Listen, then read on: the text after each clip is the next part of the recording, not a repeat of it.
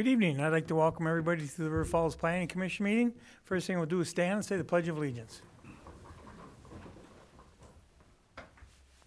Pledge allegiance to the flag of the United States of America and to the republic for which it stands, one nation, under God, indivisible, with liberty and justice for all.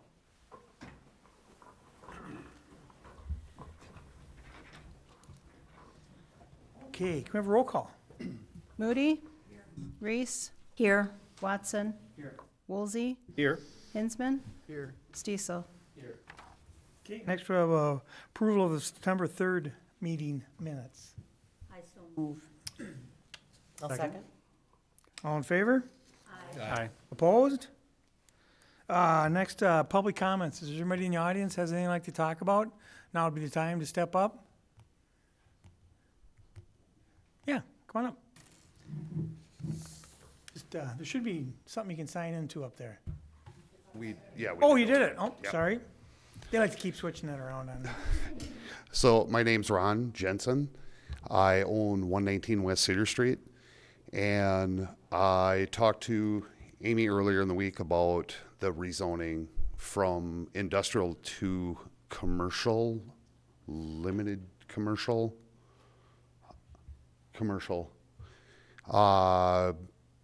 Not 100% sure why, at this time, why I would want that rezoned from industrial to commercial.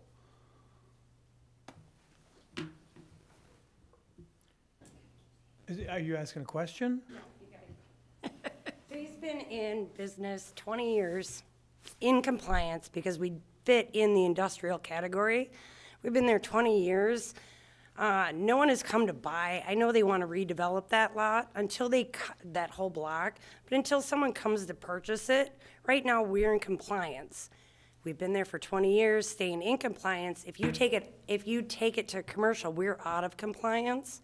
Then if there's any changes we need to make to the building or upgrades or anything like that, it says right in the thing that then we need to come into compliance, which would shut down our business. So I don't know how you can rezone an area where a business has been for 20 years, because basically you're wrecking our business. Right. Amy, do you want to answer any of that? Or Not at public comment. okay.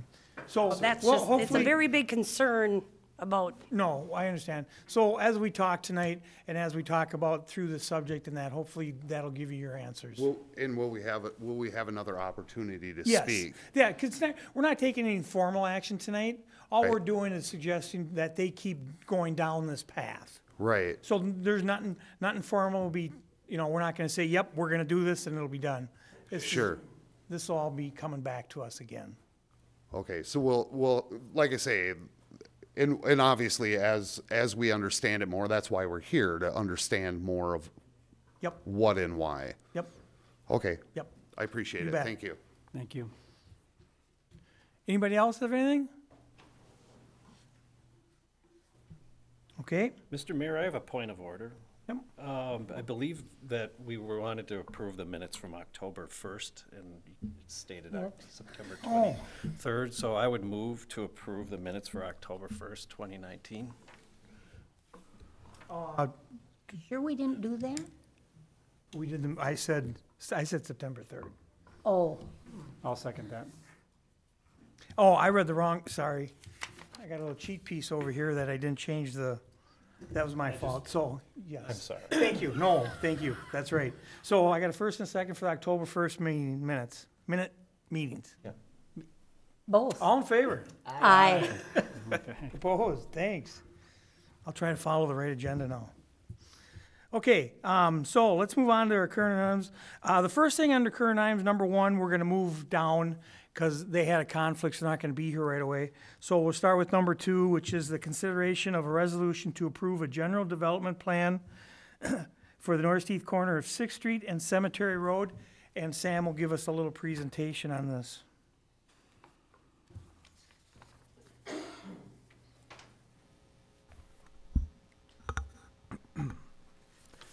Good evening, Mayor and Plan Commission. This is the first of two planned unit developments that you'll be reviewing tonight. Right now, this is the general development plan stage, which is the first of the two approvals that happens in this process. So just a quick reminder, PUDs allow flexibility from our base zoning ordinance requirements in exchange for some sort of public benefit. And the two items of flexibility being requested on this project at the corner of 6th Street and Cemetery Road are minimum open space requirements and maximum density requirements. So let's take a look at the project site. It's the area outlined in yellow. To the south is the stormwater pond for the high school, and then to the south and the east is the high school building itself and parking lots. To the east is the hockey arena, River Falls Center, or Wildcat Center. And then to the west, you have the College View subdivision, which is a mix of apartment buildings and single-family homes. The site is within walking distance to all these locations I just mentioned, as well as an off-street trail system that follows Cemetery and 6 and it connects to the UWRF trail system. So, unlike our other PUDs, this has a bit different of a timeline. So initially they submitted it under the existing zoning was R2. We did not rezone this property when this project came forward. They simply bought it and it was already R2. They submitted it, and then as we worked through the application, staff realized that they're over the requirements for, or not meeting the requirements for open space, and it was a higher density than suggested by this comprehensive plan. So we worked with them on offering some solutions such as removing a building or two or resubmitting as a PUD, and the developer chose to resubmit as a PUD with very minimal changes from that original plan set. So tonight, we'll look closely at the GDP. Right now, comments and considerations are related to the land use and the layout, less so about the little details that you might see like in a landscaping plan or that sort of thing, or specific engineering requirements. So quick overlook about the site.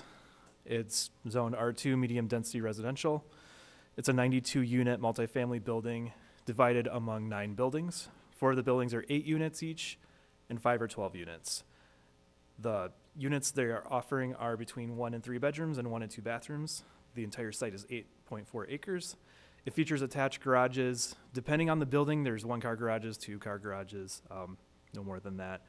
And then a 40 by 40 outdoor area that the developer is proposing will contain a playground and other possible outdoor amenities such as benches, picnic tables, a grilling area, and a fire pit. The owner and the operator is Chippewa Valley Holdings, LLC. They are an affiliate of Eau Claire Realty, LLC. Here's a view of the site. These 5 buildings that are located away from the roads are the 12-unit buildings, and then the 8-unit buildings front Cemetery and South 6th Street. This internal road, the whole loop all the way up to the property line, that will be a private drive. The access is off South 6th Street, and then the additional access for emergency only connects to the trail down here that is already on Cemetery Road, and it would have to be maintained and kept clear in winter. One thing to consider too is the developer is requesting to shift the existing trail 5 feet to the south to assist with grading. And as a result, about 15 boulevard trees will have to be replaced and relocated. Here are some perspective drawings of both the 8-unit building on top and then the 12-unit building down below. Looking over the criteria for GDP approval, the things we consider that are written into the code are community benefits, character and intensity of land use, economic feasibility impact, engineering design standards, preservation and maintenance of open space, and consistency with comprehensive plan. And again, right now it isn't, your packets provide all the details we have up to this point. We're just gonna run through them really quickly for now. And again, think in terms of layout, land use, general sort of things when considering the GDP. So first criteria, community benefits. The PUD must benefit the immediate area, but also the community as a whole. So it's addressing the city-wide housing shortage identified in the housing needs analysis last year. It's an infill site. It's not a redevelopment site where they're is existing infrastructure underneath that might have to be dug up, like the depot. It's more, it is a existing agriculture site, so it hasn't been developed before, but it is utilizing infrastructure that is already built, which is good news for the taxpayer. Excuse me. It's providing density in an ideal location along a minor arterial within walking distance of a lot of recreation facilities, schools, and employment centers. Character intensity. So the height is capped at 2 stories. That's pretty comparable to the 1 and 1.5 stories found immediately to the west. It provides a nice transition between the lower density housing to the west and then the larger institutional uses to the east, south, and north. Expect a landscaping plan with the SIP submittal. Since the site is not currently developed, the increase in impervious surfaces will warrant meeting our stormwater code.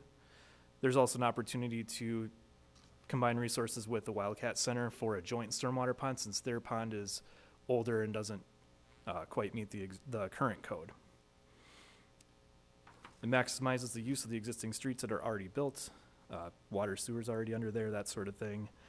It's not expected to impact schools negatively, and in fact provides housing within walking distance of both a university and a high school. And finally, we have the numbers in your packets also, but parking and street capacity is not expected to be a concern.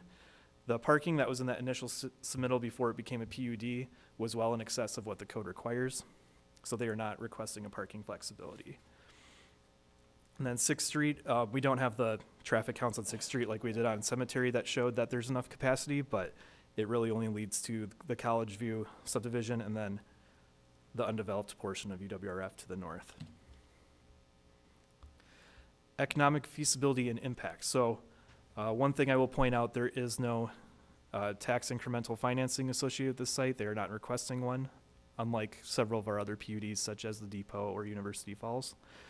They estimate the value to be just shy of $7 million, and it could be even higher since their comparable properties are in markets with lower construction costs. Several discussions with businesses, UWRF and CVTC. They're all reporting the same sort of concerns. There's a shortage of housing for professors, students, young professionals, small families, people who are looking to relocate to River Falls but are having trouble finding something that fits their budget and their needs. Engineering design standards, again, these will be more detailed with the SIP. I already mentioned the stormwater partnership with Wildcat Center that could occur. Those details are forthcoming. And then the bike ped path relocation that I mentioned as well. Preservation of open space. So this is one of the 2 items of flexibility the developer is requesting. Our code requires a 1-to-1 open space ratio, which is the total of all of the square footage of the units to the amount of the site that is unpaved or undeveloped. We're running into this issue a lot with our higher density developments, so this isn't really a surprise for them to ask for. When we are providing higher density near the core of the city within walking distance of existing facilities, we're slowing sprawl outward. We're the developer is providing outdoor facilities on site, which I mentioned, such as the playground, and they're near a hockey center, the Falcon Center, all sorts of opportunities for outdoor recreation. And finally, the R2 zoning, without the use of a PUD, would allow up to 97 units, given the lot size, but they're only going up to 92 units.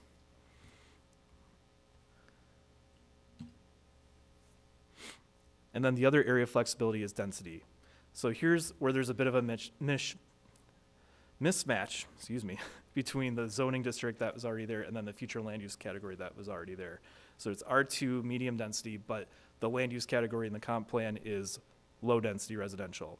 So that would cap it at 2 to 4 dwelling units per acre, even though this project is 10.9 dwelling units per acre. In our highest density future land use category in the comprehensive plan, it recommends 8 to 12 dwelling units per acre. That doesn't apply to this site, but that is common elsewhere in the city. The R2 zoning allows densities up to this, what they are proposing without, even before you get into the PUD. And we can discuss this further if that isn't making sense once we get to the questions portion. And I want to point out a few recent projects in the city that have considerably higher densities than this one is proposing. So the depot over here, 28 dwelling units per acre over the 2 parcels between the 2 buildings. University Falls is 24 units. That's 17 dwelling units per acre. And then Campus View South is 13 dwelling units per acre.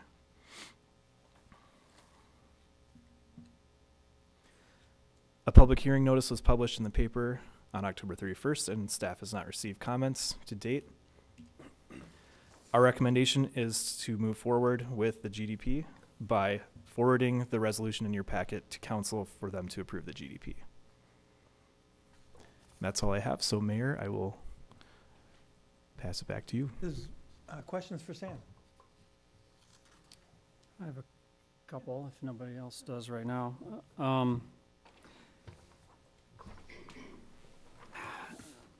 Can you elaborate on this regional storm pond concept? Who's going to pay for that? And how is that going to be put together? So the existing storm pond that's there that serves the Wildcat Center was constructed before our current stormwater standards. It's serving its purpose, but these guys could have used a little more space for stormwater. They could make it work with what they had, but the idea of combining the two of them is really attractive in that it brings the Wildcat Center up to current standards. The developer would pay for it with, you know, his project, as he was going to pay for stormwater anyways. Okay. So it's kind of a win for us if we can make that happen. And where would that be located? In the same location. So where Sam's pointing out there, you can Okay. see just to the east of that, there is the existing stormwater pond. I had proposed, I'd thrown out to them that they make that an outlot. And we combine those two in an outlot that the city would control. So I don't know where we're at on that, and we'll get into that in the specific implementation plan, but that's what was put out there. Okay. Okay. The other thing that I wanted to bring up, and I don't want to necessarily call out this particular project, because I think, as you said, we've seen kind of this open space flexibility request on a number of projects recently that are infill especially. But I do feel that, you know, part of a PUD, the concept behind a PUD is that with the flexibility, we should be getting something in return. And so, to my mind, I know that there are community benefits. You know, right now there is a need for housing, and it's not. We're slowing the spread of sprawl by having this project be in this particular spot. But I'd really like to see us create, negotiate with the developer for some kind of contribution to open space in somewhere else in the city, if they can't do it on this particular piece of property. Or a fund of some kind that they could make a contribution to, where we could increase open space in the city, in proportion to what it would normally need to be, that 1-to-1 proportion on this particular type of project. And yeah, speaking of proportions too, one thing I should have noted too is that while the benefits might be less obvious than something like the depot, where it was an old site that had to be cleaned up, there were more challenges to that site versus this one. The amount that they're deviating from the zoning code is considerably less as well. So that is something to think about when making a recommendation. Okay. I guess I have a Go question ahead. for Commissioner Watson. So what does that look like as far as how the amount, the acreage or whatever? I mean, I understand what you're saying. Sure. And to get on board with that, I think I would need something clearer to understand what you had in mind with that. And I think the developer probably would want something from us too in that regard. So right now they're proposing a 40 by 40 foot area of open space. as I can see, so the ratio square footage of all floors to the square footage of open space. I don't know the square footage of all the floors on this particular project. The calculation I have is 1 to 0.72 Okay. rather than 1 to 1. So I'll explain that to all of us here. 1 to 0.72 means they are providing 0.72 at this point in time, or? So yes. So basically, if you're calculating the square footage of all the floors and everything, I'll Mhm. add it up, and then the square footage of all the site that's green, 1 to 1 would mean that the square footages would equal each other. So what their requirement is, they're providing 72% of that Got in it. square footage. I don't remember the exact number offhand, but it is, I think, in Okay. the narrative, which we can dig up if you have questions. That square footage would be multiple floors, correct? Yes. Yep. And that's brings up why it's been a challenge for several. It isn't just this problem, but or this developer, but there's been several sites that have had trouble meeting that requirement because you are adding all the floors up. I am sympathetic here. You know, I mean, we've done some PUDs in the past where we have gotten a huge amount of open space, you know, like on the south end of town where we got 75 acres, you know, for a very large development, of course. But, you know, to see development after development coming in and not getting any open space for some of these is really, it just kind of goes against my grain. So I just want to bring it up. I think that's something, I think if we had if we had a fund, or we could negotiate a price for that 28% and ask for a contribution to an open space fund, I think that's something that we should pursue as a city council. I think it's something to consider, but in this case, it seems like they're going into a space that's available and all the roads, the sewer, everything is available to them. The city doesn't have a big investment. It's not, they aren't requesting a TID district. And I think that we're getting more than that small percentage of green space, especially in that particular area. It's not like we aren't surrounded by green space there. That's a fair point. But what you're saying, though, is if we continue to do PUD type.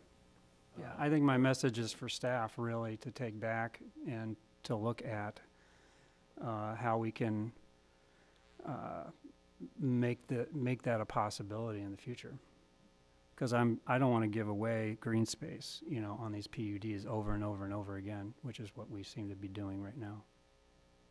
If I may, I might suggest that when we're looking for higher density development within the city, if I had my druthers, I would change the code and change the open space requirements because typically we offer that open space in that 75 acres down to the south side of town and in other areas of the city, and it doesn't always have to be on the parcel.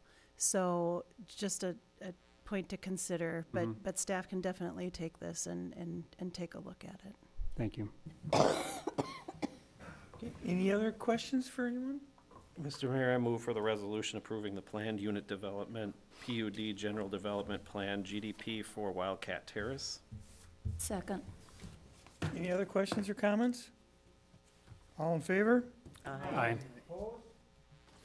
Okay, next move on to number 3 is a consideration of a subdivision concept at the northwest corner of Huppert Street and Chapman Drive. And once again, Sam will be entertaining us. Thank you.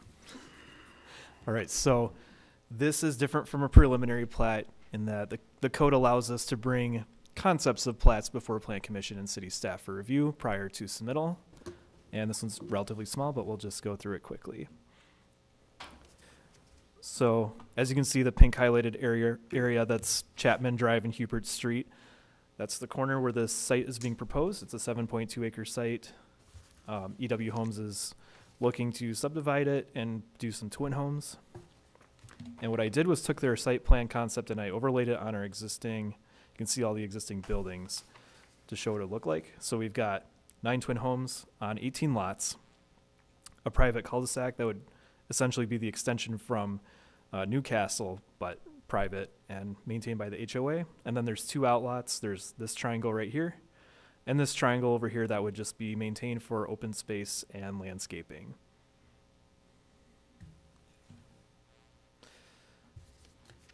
So some things to think about. The history of Sterling Ponds is kind of unique. It was master planned and zoned as traditional neighborhood development, TND. The intent of that zoning district is to have a traditional walkable neighborhood with varying types of housing, from single family homes and duplexes up to townhomes, apartments, and then mix in a little bit of institutional and neighborhood compatible office or commercial space to promote walkability and to encourage density, but still provide for a neighborhood-like feel.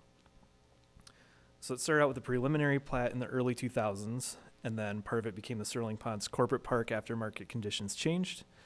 And then Hope Lutheran Church, they added their building, and then more recently a worship pavilion, which fulfills that institutional need. And then the Aberdeen, which was approved in 2019, that's an apartment building, which I'll point out right here, just to the south of the property. So initially, this was going to mirror what you see over here for Sterling Heights apartments, which are the townhome style. But this sat here for a while, and then this year it got approved to be 60 multifamily units. Now, why is this all important? So the TND zoning district specifies a mix by percent within the zoning district of each type of use and each type of residential type. So staff is closely tracking how much of each there is. Brandy's not here tonight. She's the best person to ask for more detailed questions about how that's done. But basically, way back, this corner was slated for commercial. And we're finding that when talking to developers, it's not a very ideal site for commercial, given that it's still rural in nature around the edge of it. And there's commercial space being offered for sale under B3 zoning over towards the Radio Road. And that's probably going to be more interchange-oriented commercial out there versus the neighborhood scale commercial we're looking for in Sterling Ponds. So staff is tracking the mix of uses, and we're just keeping an eye on that commercial, and that's kind of the big thing to keep in mind when looking through this concept. So if you look at the Sterling Ponds neighborhood, the dark green is park, the light green is conservancy, the gray is industrial, and the purple is the T&D. It's hard to tell on these. Well, your screens are brighter, so that's good. The pink is B3. This is not T&D out here, so this is highway commercial. But generally, all of this up here, the villas of Sterling Ponds, and then the Sterling Ponds neighborhood down here, this is unchanged from the preliminary plat. The corporate park came later. This is roughly the same, but with a little bit of changes. And if you notice, there's quite a bit of conservancy land, and even though it's not dedicated parkland, there's informal trails that go around the stormwater ponds and then that access road that people can walk on near this mound. So another question to consider is, where is commercial going to go to fulfill the needs of the TND? And, this evening's not so much of a zoning discussion, but we just want to draw attention to the fact that there are possibilities. So if you look at these 2 lots that surround Balmoral Place, those could become something with maybe a coffee shop and a fitness center, or a daycare, similar to what Whitetail Ridge has. Sort of the lower impact commercial is possible in these spots. If you notice, the green is the Sterling Ponds Park. We're currently working on the Sterling Ponds Park plan, and ideally we would have brought this up to Park Board first, but the timing of things didn't turn out correctly. But this purple area that is not yet zone park is technically part of the park. It is undeveloped, and it's in poor condition for park needs. And the park plan essentially is raising the question, is park the best use for this when we already have so much space in this area that isn't developed as park yet? And we have all this stormwater, wetland, hilly terrain to work with too for passive recreation. So just something to keep in mind. That will go before Park Board later this month. It's not a done deal by any means, but in addition to that, there's also these 2 outlots that are undeveloped near Hope Lutheran Church. So the point to take home is, if this corner gets developed, that doesn't mean that's it. There's nowhere to put commercial. There are options to work with, and we'll learn more about that in the future. So staff recommendation is allow the concept to move forward with a preliminary plat. It would just require allowing residential use at something that initially was planned for commercial. But both uses are permitted by the zoning and the future land use map. That's all I have. Questions? What kind of activity, if any, have you heard of across the streets, Chapman and Huppert Street there? I mean, could that corner develop at some point into a commercial corner there? Or it certainly seems like that would be the long-term vision. Yeah, it's a prominent intersection, but in terms of anything soon, I haven't heard anything. I don't know. Yeah, again, I mean, staff is looking at it, that ultimately that will develop and potentially come into the city, but it's a matter of when. And at this point, it looks far out. It doesn't mean that one of the other corners can't be commercial if and when it does develop, and we've got more density in the area. Okay. Is there any recollection, we did the kind of the forethought of what we're gonna be calling Huppert and Chapman as far as arterial roads and those kind of things? Do you recall on the map that we did when we gathered for the special meetings and going over that we had that in mind, that it would be more commercial there, and so did we designate the roads to have a higher capacity for that at that intersection? Well, currently that is County Trunk Highway U, and it will be that in the foreseeable future, so. Right, so. Additionally, the Triton Driver Street. This is a right-in only. Initially, it was planned to have a right-out only, but when the Aberdeen went in, they chose not to. They subdivided the lot so it'd stay within that, but there is not a road going out here that's right out. And I don't know how that affects traffic flow visibility for someone who's looking to put a business there, but it is kind of an odd configuration. Okay. Thank you. Any other questions? So we're not gonna vote on anything, we're just gonna tell you yes to go ahead with what you're doing? Are you looking for just? Yeah, correct. The developer really just wanted to bring this forward and get plan commission's discussion and view on whether they should go forward with the preliminary plat. Everybody okay with going forward? with Yeah, the I do preliminary have plat? one question, but I'm not sure. You kind of deferred to Brandy. Do you know what percentage is turning out to be multiple dwellings instead of single homes? I don't offhand. I don't either. Yeah, I kind of. I don't think Yeah. single homes would go into that corner anyway, so. There is a future phase, so I should bring that up too. Down here in this purple area, there's Yeah. a planned future phase of single-family homes as well. So we've considered that. I'm sure Brandy's considered that too with her calculations. I will say I'm not really excited about taking the parkland and turning it into commercial. I mean, I'm glad you're coming up with alternative ideas, but there's a lot of people living in this area, and there's a lot of kids that are going to need places to kick balls and play football and do all the other things that people need to do, and there's really no other parkland in this part of the city up north here. They don't have as easy access, bike riding and so forth, to get to a place where they can do that. So, to me, that would be a non-starter for me personally, to go in that direction. Yep. So the park plan, it does a detailed calculation, and if it helps at all, a lot of the conversation revolved around it's preferable to develop what's already being mowed. It's a big grassy expanse with potential for other improvements. Once you get into that second outlot, it trends towards becoming a maintenance liability in terms of its massive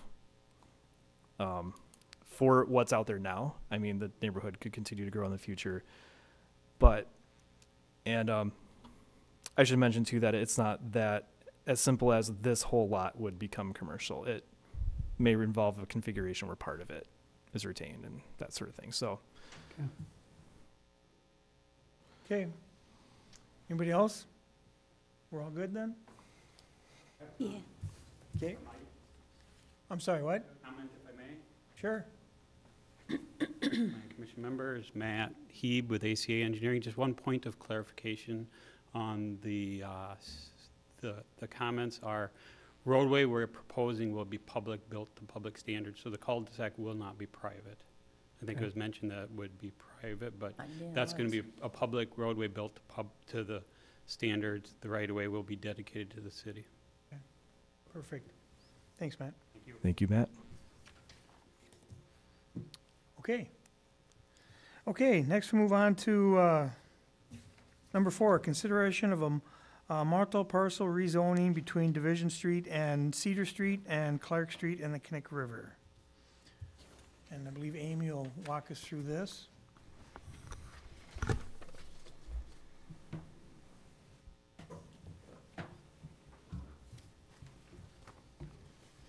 Okay, good evening. So this is the area rezoning recommendation.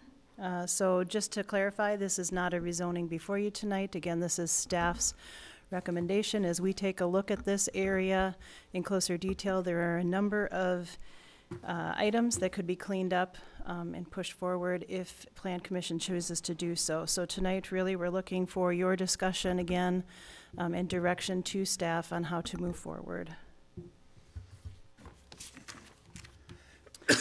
So when you take a look at the area in the purple, there are, like I said, some items to clean up.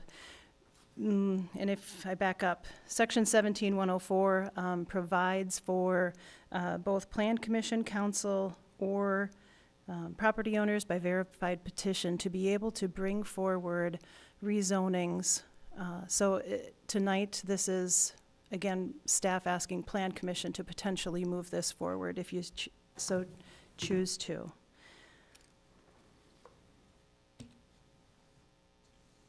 So the outcomes from moving this forward, there's 4 of them that I'll walk through. The highlighted one is really the main intent of this. So it's to ensure that future development in this area is consistent with the comprehensive plan.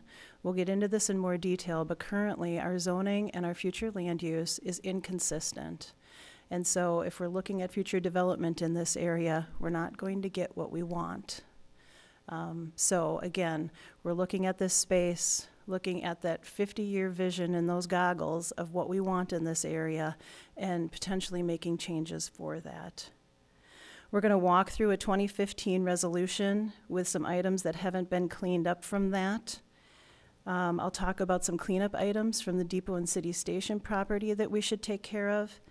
And last but not least, there is a potential business that has come forward and has been talking with us that does not conform under the I-1 zoning that is there today.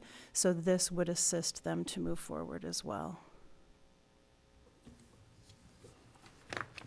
So if we jump back to October 2015 and Resolution 5979, that agreement again took those 50-year goggles and was looking to clean up some of this space in the city. So it did a number of things with the purchase of, where's my mouse, this 110 West Division parcel. Those of you that were here may recall this. So it allowed for the purchase and use agreement of this parcel. This building that's here, it's specified for the removal of that building. It is gone today. It allowed a sign to be put on the 110 parcel to be utilized by 146 West Division and this 109 property here to the south. And lastly, it removed this access on Division Street for safety concerns of the access being too close to the bridge abutments here. Last thing that it did was provide an easement along 109 and 146 on city property, allowing access to both of these properties to the west.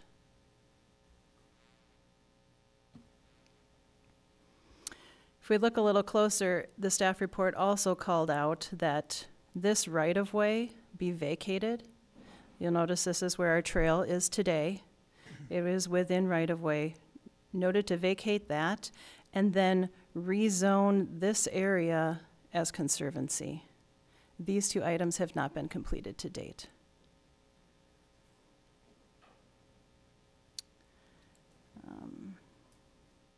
So at this point, I'll take a minute and just talk about the proposed uses that are now coming into 146 West Division and 109. So again, we've got I-1 zoning, industrial zoning. 146 is proposed as, we're putting it in the health club category. So it's acupuncture, massage, yoga, spinning classes. That actually, health club is a permitted use under the I-1 zoning district. So the property owner is moving forward with the plans for that building. The 109 property is proposed as the garage, bikes and brew. So that is going to be bicycle repair and sales along with a microbrewery. So because of the retail use of that property, it is not allowed in the I-1 district. Again, set that aside and we'll keep going. We'll come back to it. If we continue talking in this area, so we've got a number of different ownerships happening here. So the city has these two parcels and everything east of it. These two parcels were recently purchased by Stephanie Johnson, again with the proposed businesses coming in. These two parcels are owned by Steve Trebus. This is an office building at this point. This has been functioning as industrial. I believe River City Electric is now leasing from Mr. Trebus and running out of that property. And you heard from Mr. Jensen already tonight. He's got these two parcels right here.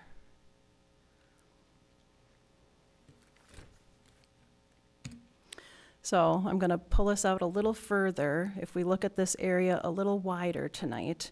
So I've pulled this area along with the area to the north, just so you can start to see what staff is looking at when we're taking this area into consideration. This is right along the Kinney, right? Zoned primarily industrial with a little bit of residential sprinkled in. If you look at our future land use map, right, we've got primarily commercial slated here with a little bit of residential mixed in. So again, this goes back to that 50-year goggle intent of where we want to be in the future. And I made a little bit of note to this in the staff report. You'll notice that we have some parcels that are not colored on our future land use map. So those are some issues that we had when we created the electronic future land use map, and we've been taking those on a case-by-case basis as we're talking about this evening.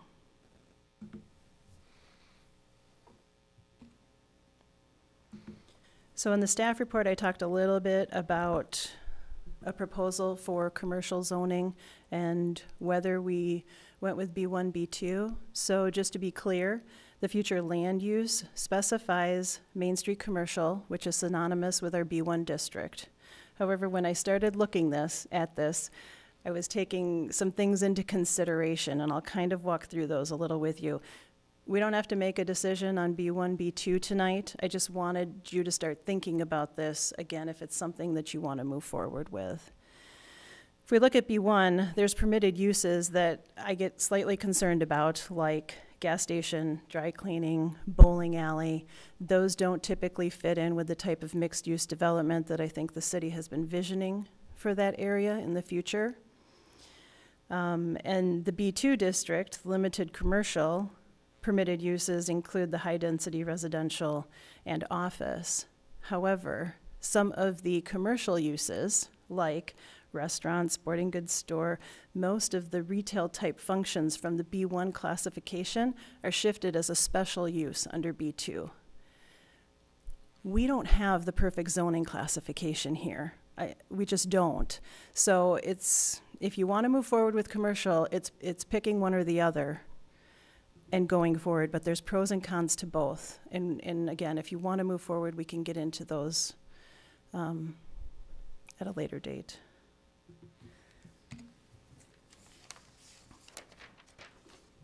So to talk a little bit about conformance, currently we've got I-1 zoning throughout here, correct? And these 3 parcels, actually these 4 parcels, function within permitted uses within I-1. This parcel's vacant, this parcel's vacant, and these are vacant as well. So again, if we shift to, I just picked B1 zoning, right? If we shift to a B1 zone, then these 3 parcels would be non-conforming. Again, they can continue their use as long as they so choose. If they wanted to expand an industrial use, they would not be allowed to. They would need to come in conformance with the zoning code. The rest of the parcels, this one on the corner of Clark and Division, and these would be in conformance. And again, this one's undeveloped at this time. So Amy, what does that do for Mr. Jensen's property when you say if they would want to expand or do anything?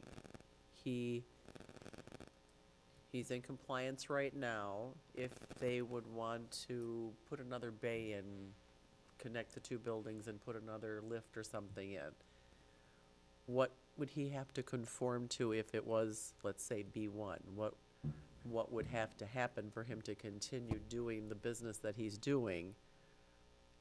And if it grows and he needs to expand there, what? Is it possible? Yeah, I would say typically there would not be expansion of the business allowed. If it stays as it is and he chooses to do that? Yep, then he's in conformance with I-1 zoning. Yep, So he has a valid concern. he does, yes. Okay. Yep. So let me shift gears once again. I talked a little bit about the other item is cleanup from the Depot City Station. So as we were working through this large project, we completed the rezoning first. And then as we negotiated the project, we determined that the city needed to keep this portion of the parcel. Originally, City Station parcel was right here. We determined the city needed to keep this in ownership, city ownership where the trail is. And so we did a land swap with the developer midstream and provided them this piece. Again, the rezoning had already taken place, so now we've got a split zoned parcel. So this would be a simple cleanup on the zoning side to change this to the R3 zoning.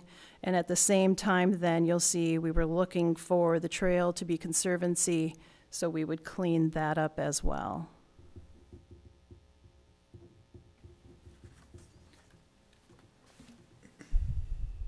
So, Plan Commission can initiate rezonings. Again, we're looking at that 50-year goggle. This is your decision as to how you wish to move forward.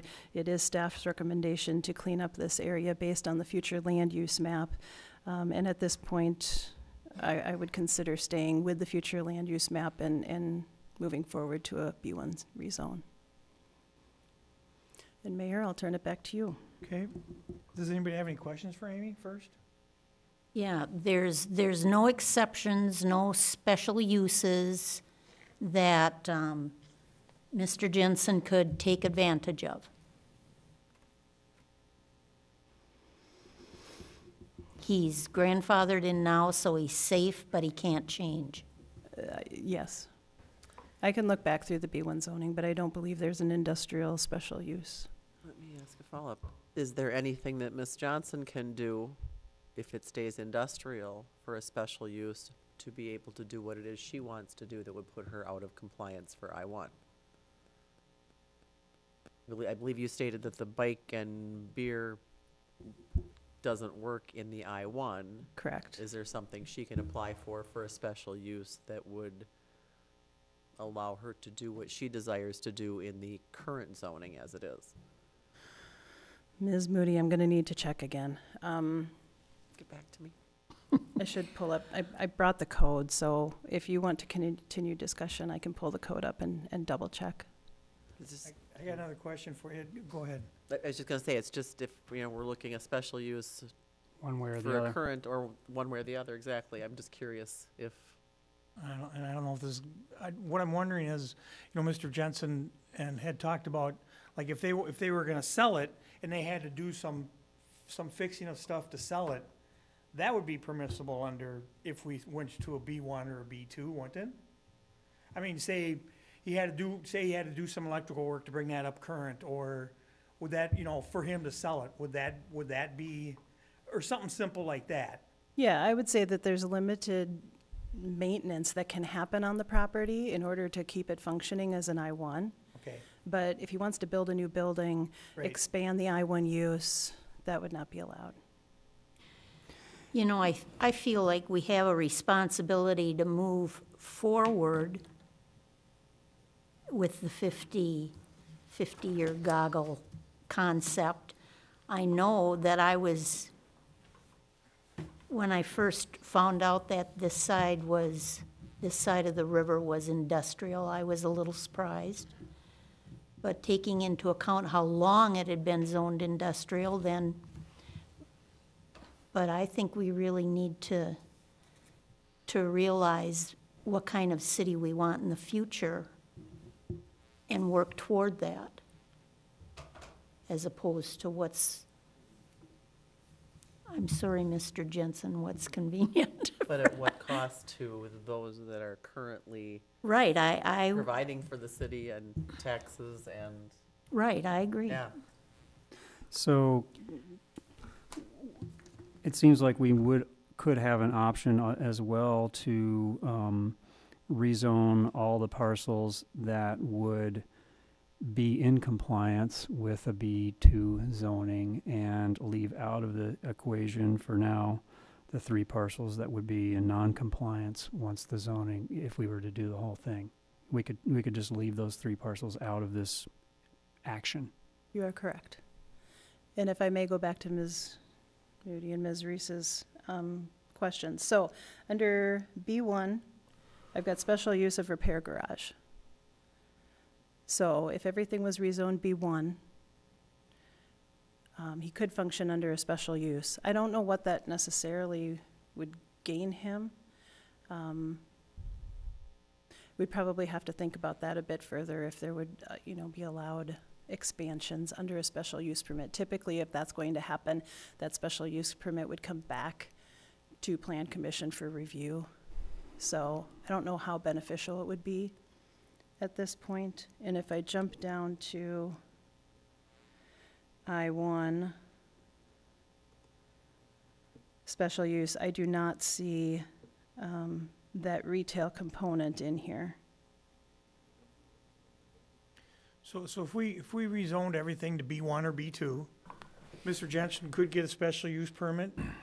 If he wouldn't have to get it unless he wanted to add on or expand, right? 'Cause Correct. He can be, And I'm gonna- he doesn't have to be in conformance unless he wants to do something there. Correct, and again, I think we're gonna do a little research on that aspect to see exactly what that would mean. Again, if you guys wanna move forward.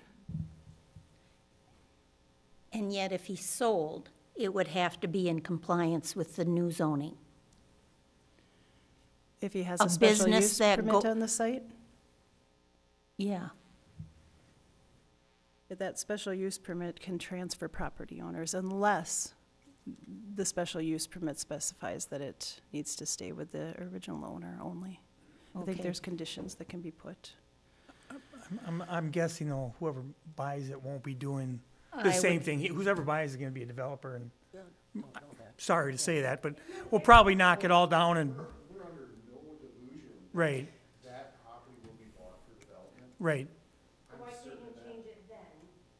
Instead right, of now, right. No, it's fine as is, and Mike?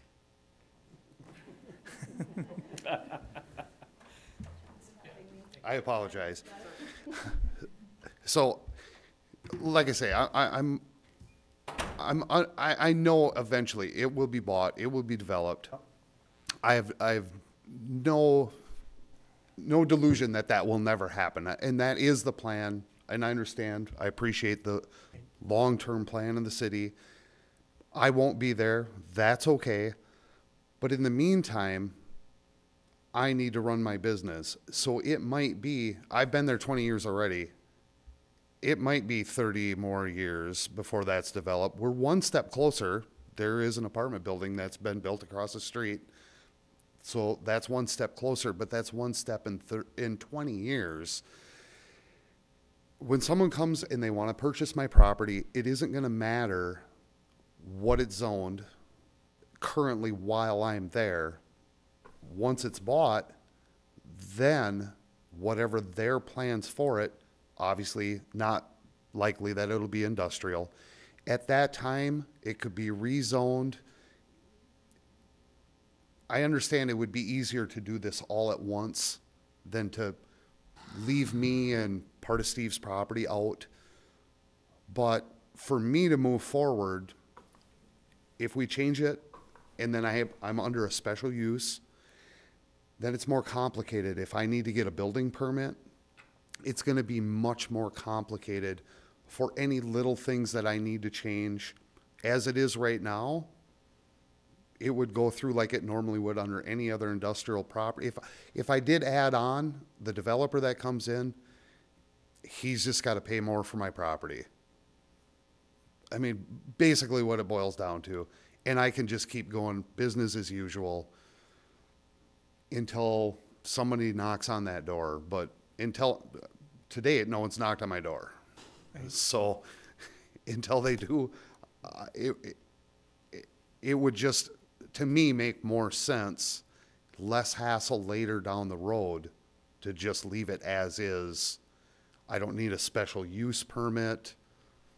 I just go back to work. Mm-hmm. Okay, thanks. I do appreciate your time. No, thanks. Okay, so go ahead. I just have, you brought up a slide that compared B1 and B2, I believe, back in the beginning of the presentation, and what I'm hearing from you is that there's some mismatches here. And if we were to, is that correct? Or like these things need to be adjusted a little bit? Is that what I was kind of hearing as far as? Well, I think what I was trying to convey is that there isn't a perfect zoning classification for, I think, what the city's vision is there.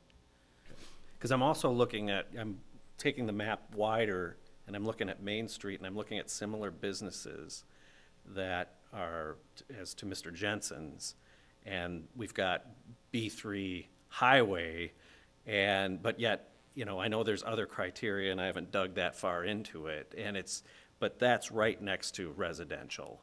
And so, I think whatever adjustments we make, we're here, I don't think we're gonna be, there's gonna be, it's easing in over time, like he said, that we would make the change.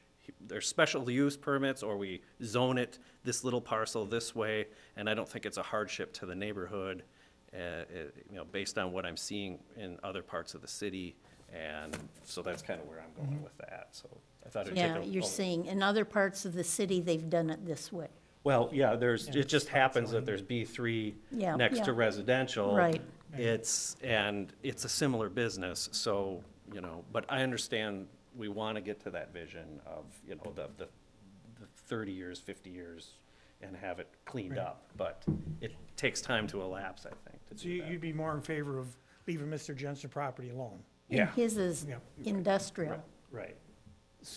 So how does everybody else feel about the idea of just taking the other properties, putting those into B1 or B2, whatever we decide, but leaving Mr. Jensen's industrial?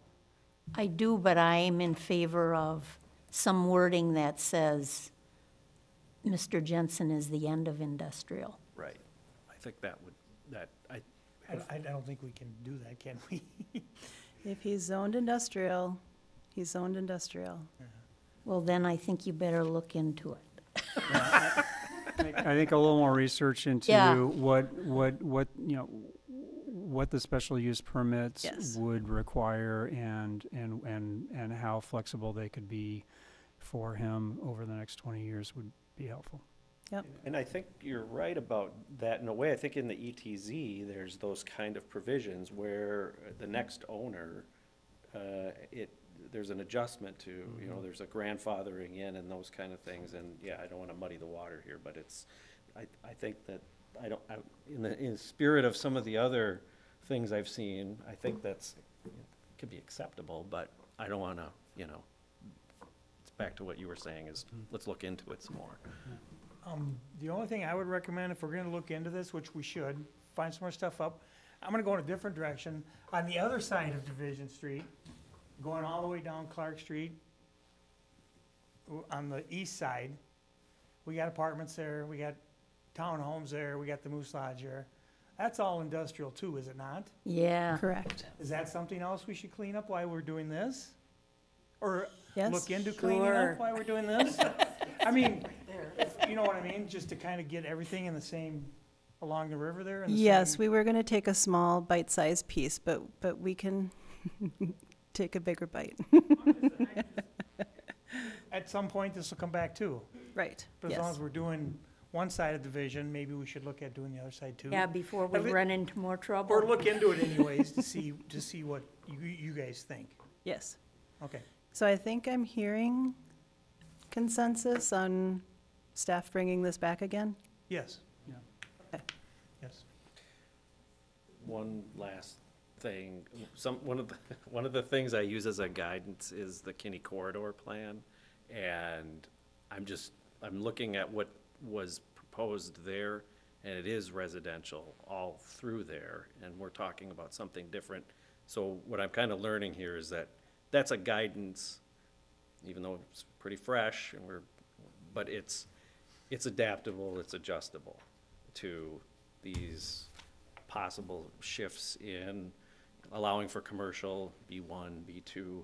But when I went back to the corridor plan, this whole area, the long-term view seemed like it would be residential, but that's kind of already shifting, is what I want to note, so.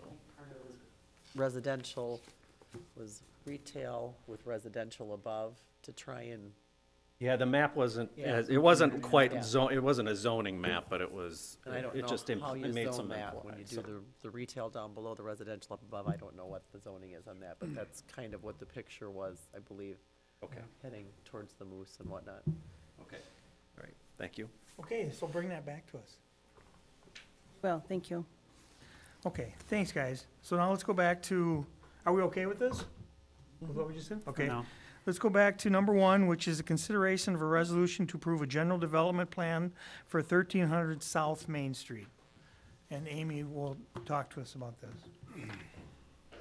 Okay, last but not least, we've got, back to a general development plan, yes, for 1300 South Main, which is located, the north side is East Johnson and the west side is South Main.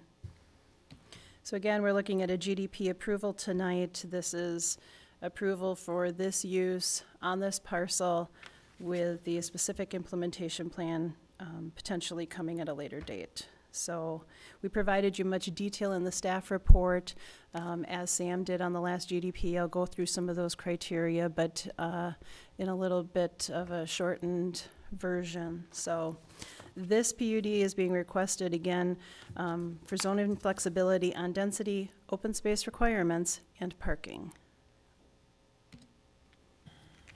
So the site location, again, we've got East Johnson on the north, South Main on the west. If you know this area, this was the River Falls Motel. We've got amenities throughout the area, higher dense use. We've got Quick Trip to the north, the grocery store, all within a walkable distance from the property. So this project gained WIDA tax credit awards for a low to moderate income property. It is being developed by Girard Corporation in partnership with West Cap.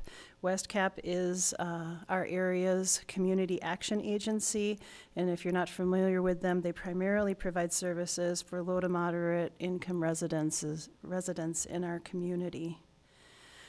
You'll recall that we moved through the rezoning and future land use amendment in October, and so here we are today with the general development plan. You can see developers agreement, PUD, and TIF creation potentially coming in the future if this moves forward. So the project is calling for 50 units. There's 8 units that are reserved for disabled veterans. There's 11 3-bedroom units, which is significant for a low to moderate income property to provide those larger family type units. From staff's perspective, it allows for adequate parking for the use. Like I said, there is a variance there. They are 3 spaces short on the GDP. And we'll talk about that in a little bit further detail too. But the project itself, offering up solar panels. I know they were looking to get to net zero energy usage on the project, offering up some amenities that you see there as well.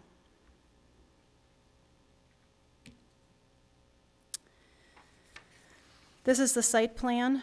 So the entrance is off of East Johnson. You can see that the building is set back about 40 feet off of South Main.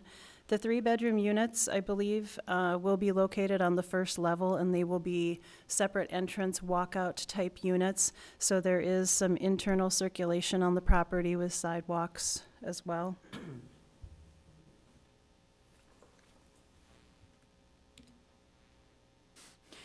These are the criteria for the GDP approval that you've seen both in the staff report and in the other presentation this evening. So I'll move through these and generally address each of them. This is the community benefit as a whole and for the area. So it's a 50-unit affordable housing. It replaces the raised structures that were there.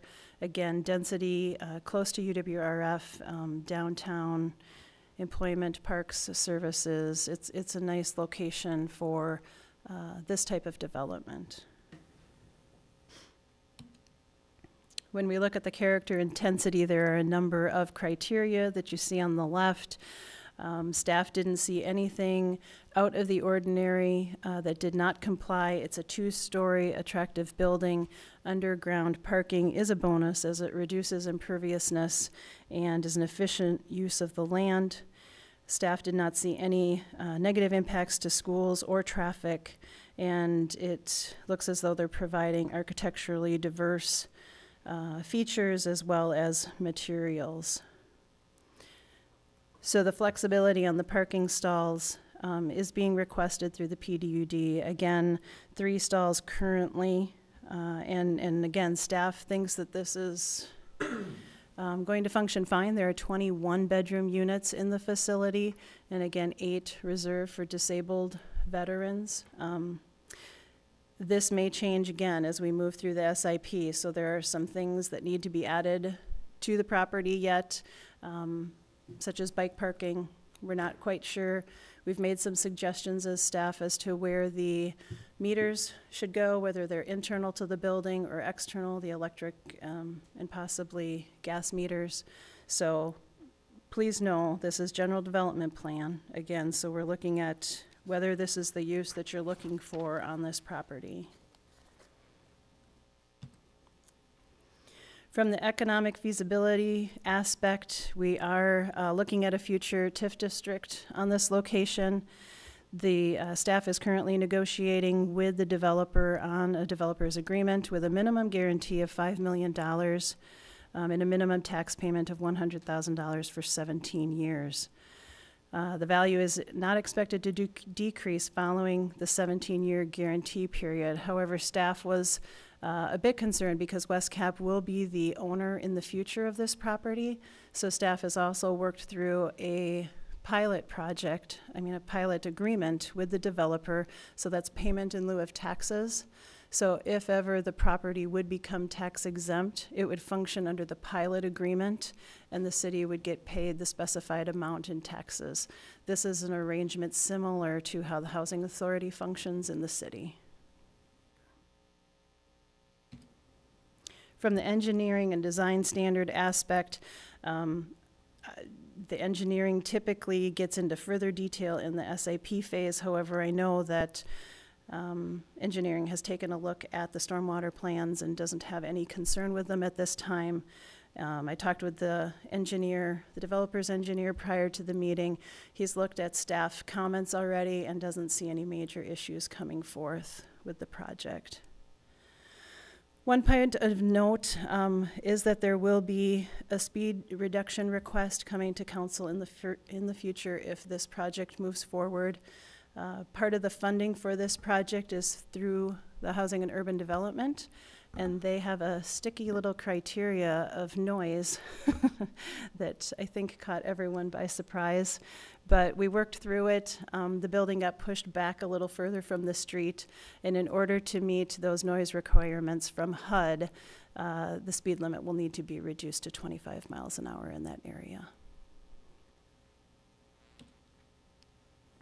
Preservation of open space. Here we are again with a higher density building going on a parcel. And so they are proposing a playground, and it is near other recreational amenities. 4 blocks away, we've got Wells Park, and to the west, we've got trails along the river. Again, this is the same variance from the last PUD as well, and from multiple that we've had in recent past because of that generous open space requirement in our multifamily design standards. When we look at the comprehensive plan, and Sam again covered this earlier, so our comp plan suggests that we should allow higher density by stating that buildings should be enabled to be 75 feet tall. The dwelling units per acre don't necessarily mesh within our comp plan. So again, this project is 31 dwelling units per acre, not as high as we've seen on some of the recently approved PUDs, but it is, again, one of the variance requests.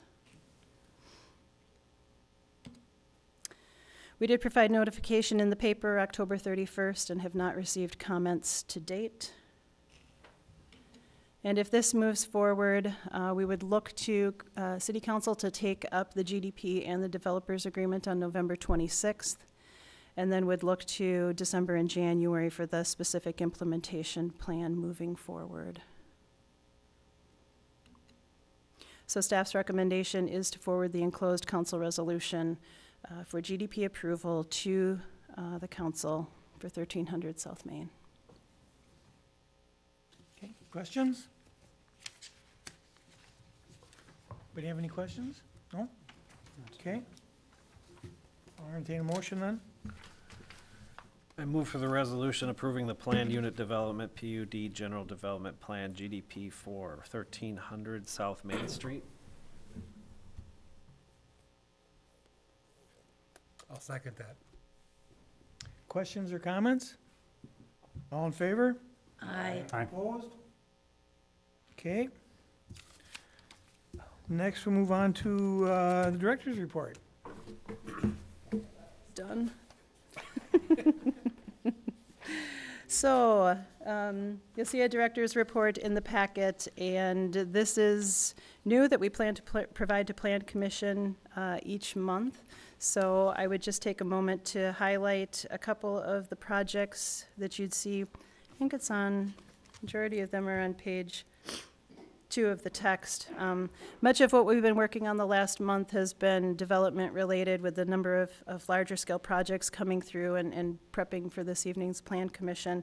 But on the top of that page under mapping, I would encourage you to take a look at the link that's in that document that will go to an online development map that Sam has created for us that has our development projects out there with some description. Take a look at it and see what you think. I'm sure he would love to hear your thoughts on it. It's a good thing for us, for the city. And further down on that page, we've been working on some grant applications. There's a multimodal local supplement grant that is a one-time option through the DOT. And we've been working on a project to forward the trestle bridge in downtown. So we'll see where that goes. And also looking at a community development block grant to fund a portion of our downtown plan that we'll be moving into in the future. From the economic development perspective, I would just highlight the economic development marketing plan and regional profile that will be coming to council for their review in the near future as well. So other than that, I'll let you read through if you have questions. I can take them now, or you can contact me later. Thank you very much for this director's report. This is really helpful. Good. Yep. Looks like you've been busy. Yes. Okay, next planning commission meeting will be December 3rd, right here at 6:30. All in favor? Aye. Opposed? We are adjourned.